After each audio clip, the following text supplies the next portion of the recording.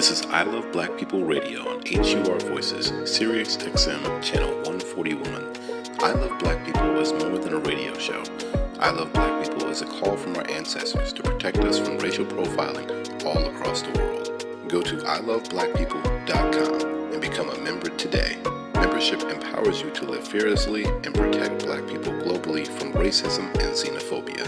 Join us today and become a member of our global network with an online global green book with Black-owned and Black-friendly businesses to protect you and your community. Membership is free, and with you, we will become 10 million strong worldwide. I am because we are.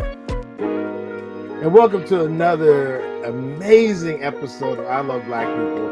We have our good sister who's been keeping us updated and informed about something so critical and important to not just Black folks, but people all over the world, including the United States. We got our good sister, Dreisen Heath, coming back to us live, talking about reparations. Thank you so much, and welcome back to I Love Black People, Sister Heath.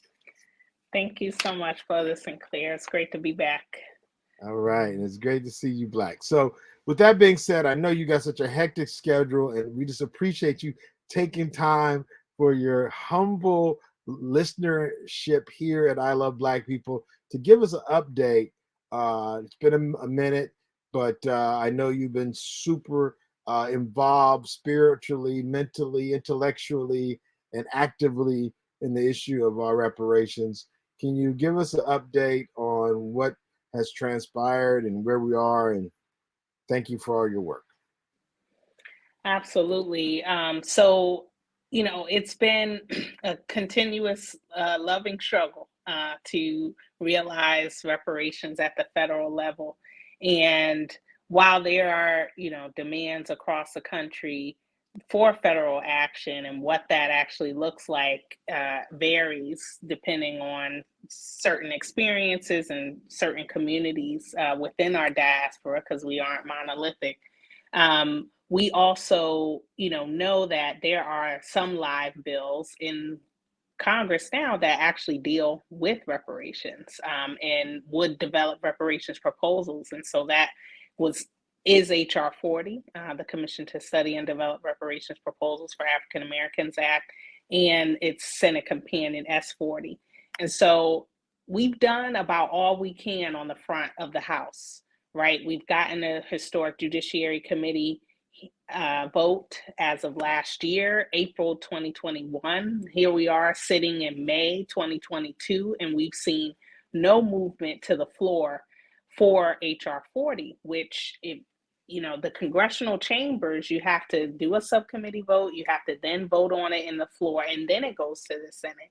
Knowing the Senate obstacles is one thing, but the House of Representative and leadership, particularly Speaker Pelosi, Leader Hoyer, and Whip Clyburn, who Speaker Pelosi and Leader Hoyer look to on Black issues in particular, are holding up the bill despite having the amount of votes needed to actually pass the bill in the House, right? We've seen nearly unanimous votes on bills that actually deal with the legacy of enslavement in Congress this year.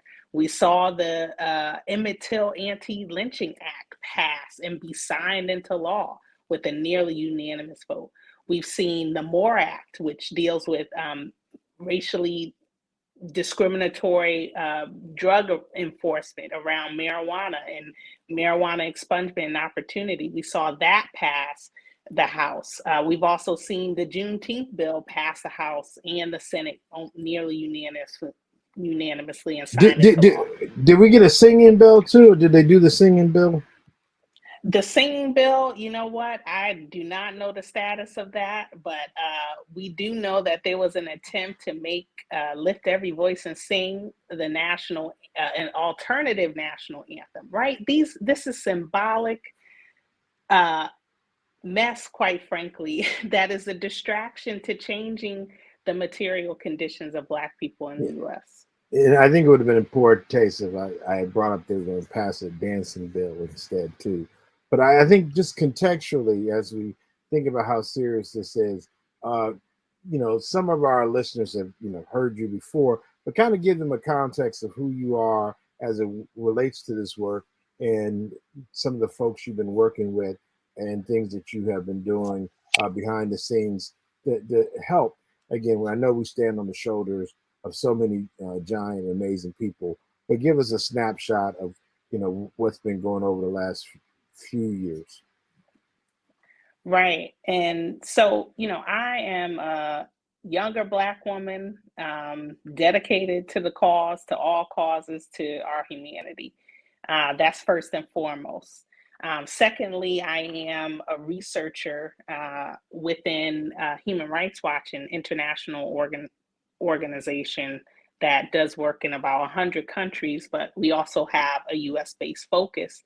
And international human rights law is actually the most clearest articulation of the right to remedy, the right to reparation. This isn't a debatable topic, right? This is if your human rights are violated by the government or any other entity, you deserve comprehensive remedy that's proportional to the violation that occurred. And so that's where I have been humbly brought into a space of reparations leaders that I have, idolized and studied for years, right?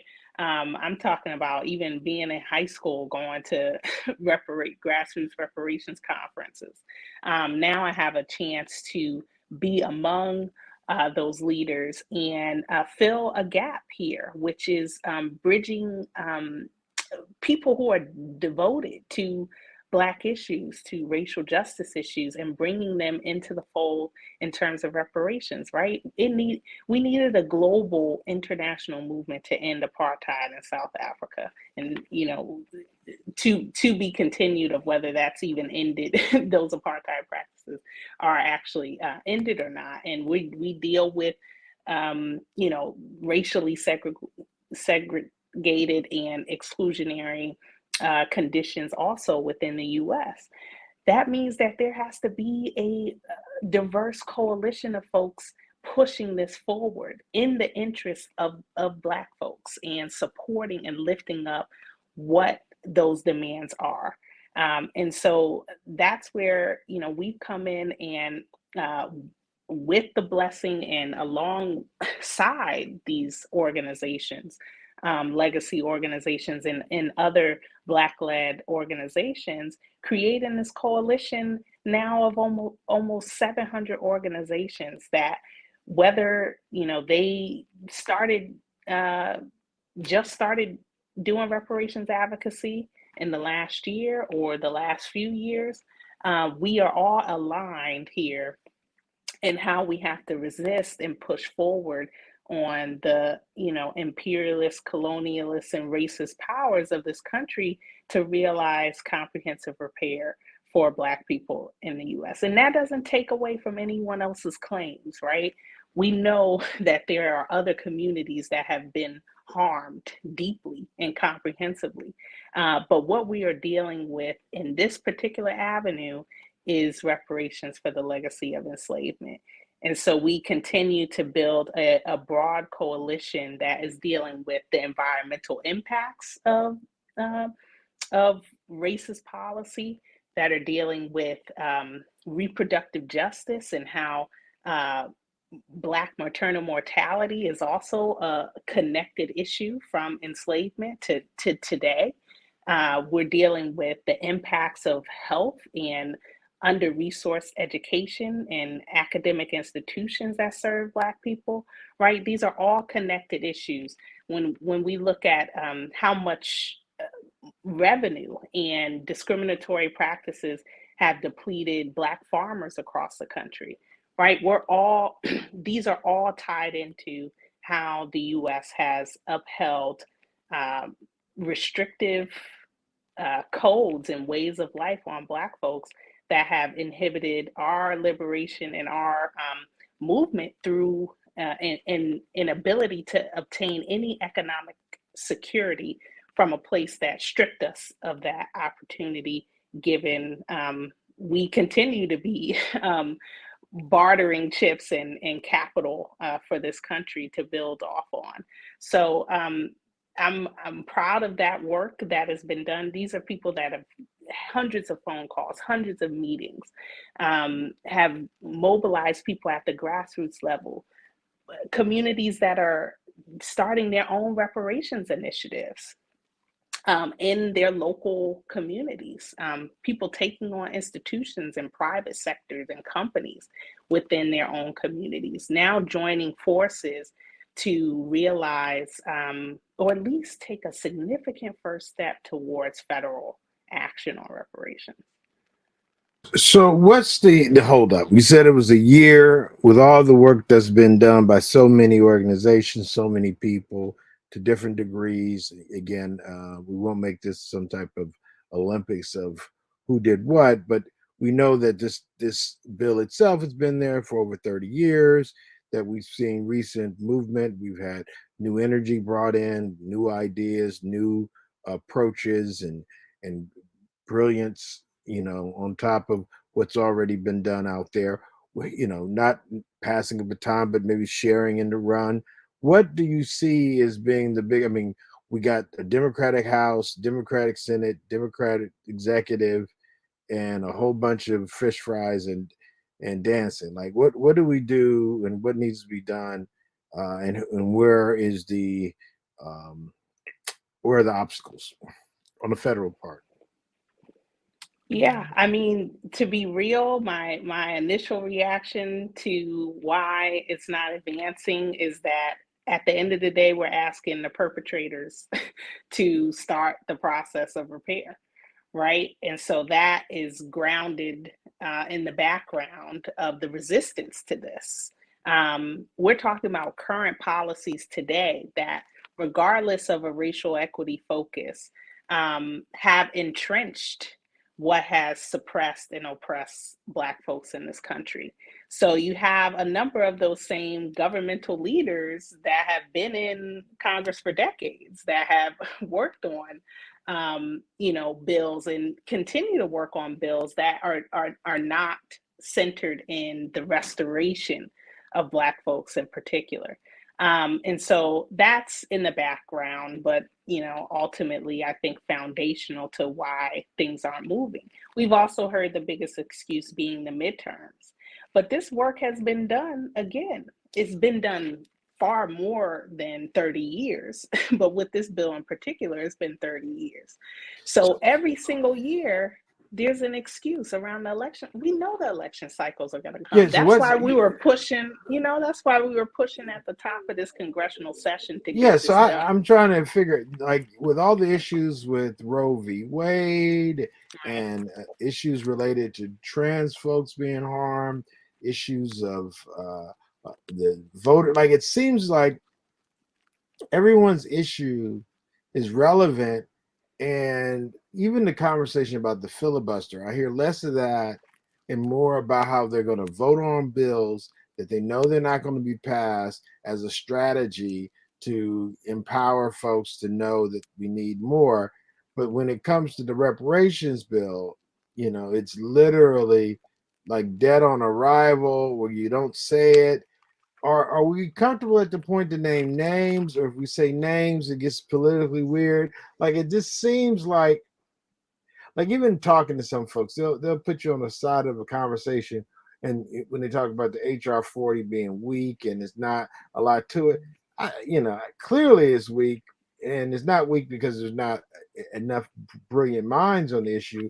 It's weak because of the representation in Congress is weak as it relates to the issues of Black people, besides singing and symbolic things.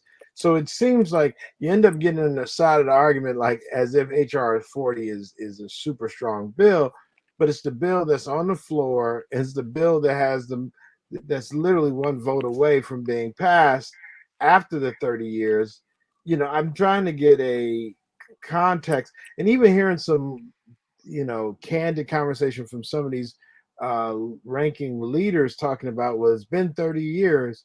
It's almost like they're just like, it almost gave me insight to, like, somehow people are justifying it not passing because it's been introduced for 30 years, as opposed to saying it's been introduced for 30 years. It's got to pass this year. They're almost like it's been a bill for 30 years. So what does it matter if we pass now? Like, it's a weird energy. Is Yeah, it something for I'm sure. missing on this? I mean, you can't make sense out of nonsense. So that's one thing. The other thing is, right, we're in a perpetual cycle of the denial of Black people's humanity.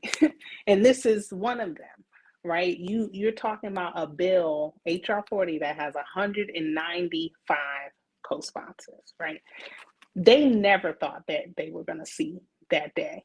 Um, but in addition to those 195, we also have the additional votes to pass the bill on the floor. So this is a purely calculated decision where, to even suggest that a reparations study that results in actual reparations proposals is going to be the one thing that does not may thwart the political standings for certain members of Congress is absolutely ridiculous. Right? We're talking about one sliver of an issue that is actually happening all across the country. So the federal government has all the cover it needs to actually do this. Right? You got Harvard, and look, I certainly have my own disagreements and criticisms of how a number of these reparative measures are being rolled out and how those processes are happening and excluding the people that are most impacted, or maybe not excluding them, but not centering them in the pathway forward, given that's the only way a reparative process can actually work, if the people who have been injured are actually leading the process and having the most stake and say in how things move forward. But here we are, where you've got Harvard committing, a drop in their endowment, but still a significant amount, in the millions. You have the Jesuits pledging. You have universities across the country also establishing reparative funds. You have the California task force at the state level driving forth this process. You also have hundreds of local communities taking this on. So I cannot make sense of it, because we have not actually gotten a legitimate excuse as to why this can't move forward. And when we're at the point now where, quite frankly, we've been told, it's not going to move in the House. And there have been commitments to lobby.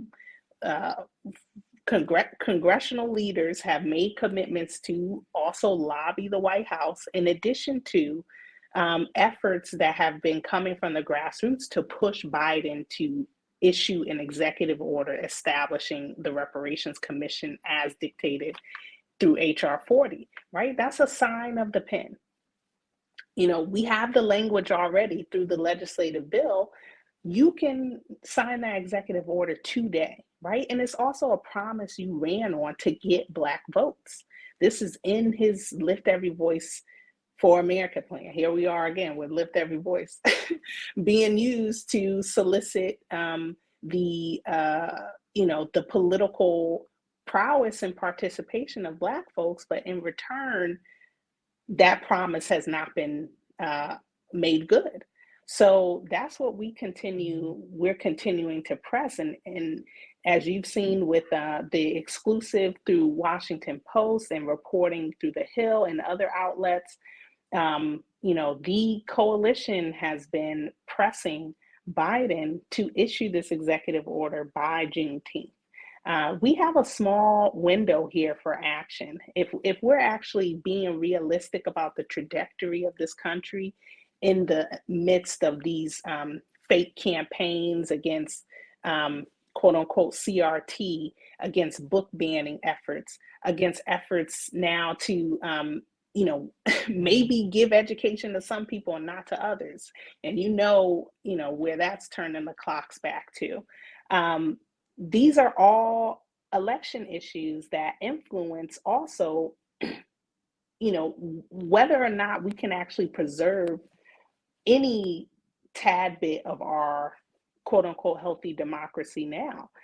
If they don't push forward on reparations, then it's going to be absolutely devastating, right? The cumulative effects of all of these harms and issues remain undealt with. And we're looking at a trajectory with this country where we don't know people that are assuming political positions are people who are also embedded in right-wing conspiracies and violent white militia movements. Like this is where we're at in terms of actually advancing forward or actually sliding back into further destruction. But in this case, aren't we saying that it's the Democrats holding it up in the House? Like this is not even like the voter rights or the infrastructure bill where it was a problem in the Republican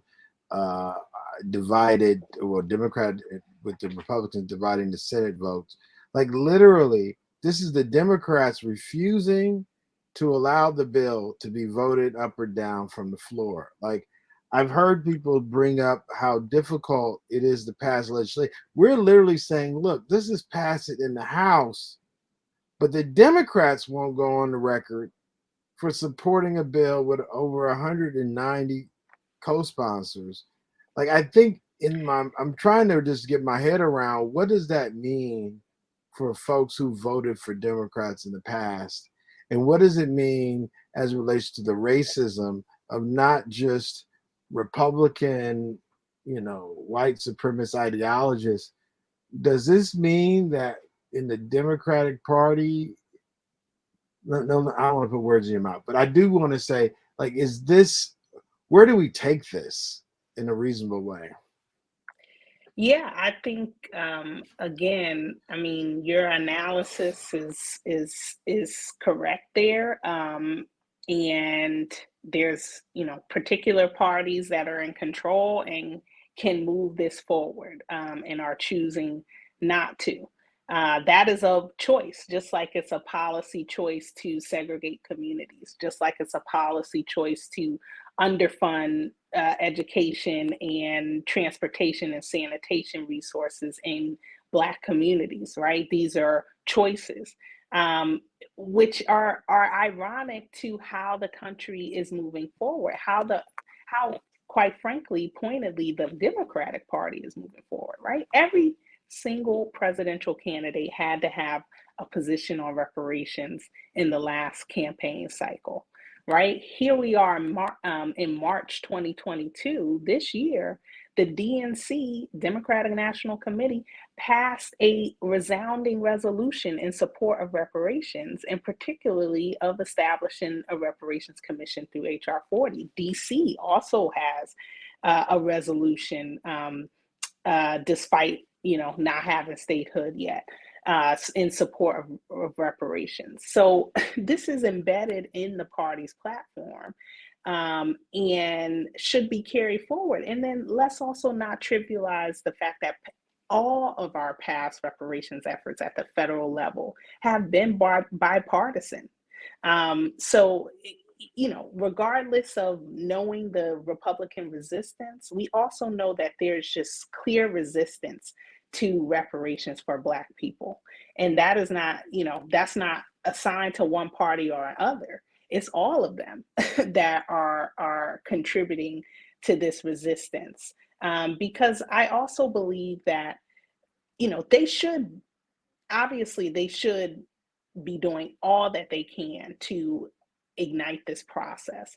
But that means that it turns a mirror back on themselves, that I just don't believe that they're, quite frankly, ready to do, despite Black folks needing their support in moving this forward.